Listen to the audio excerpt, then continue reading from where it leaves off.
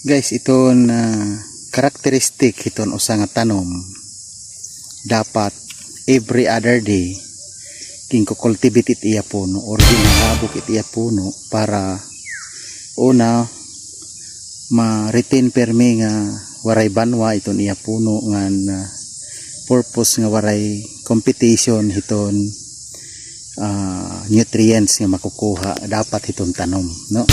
So dapat iton puno kada adlaw or every other day kung mahimo ging ko cultivate. So sugad hini nga akon himuon kultibiton ko itong puno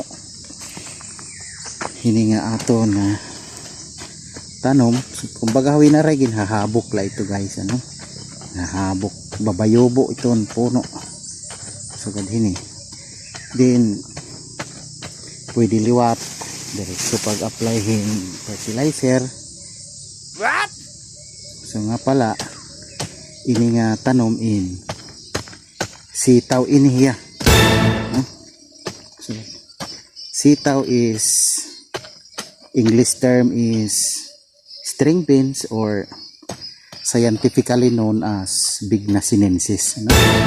So ini nga pag bayobo naton kada every other day or paghahabok itong puno inin nakaka-retain iton iya avoid competition iton banwangan permi mahawan iti iya puno. So kumbaga sugad hiyahan imo permigin aataman kada adlaw, ano.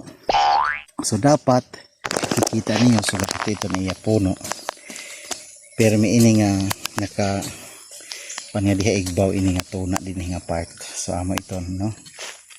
So para kamo hibaro ito na tama nga procedure hit pag-ataman haiya aray ko. So thank you so much for watching mga idol, ano. Kung tara kakahatag ako hin talagudti nga mga hibabroan.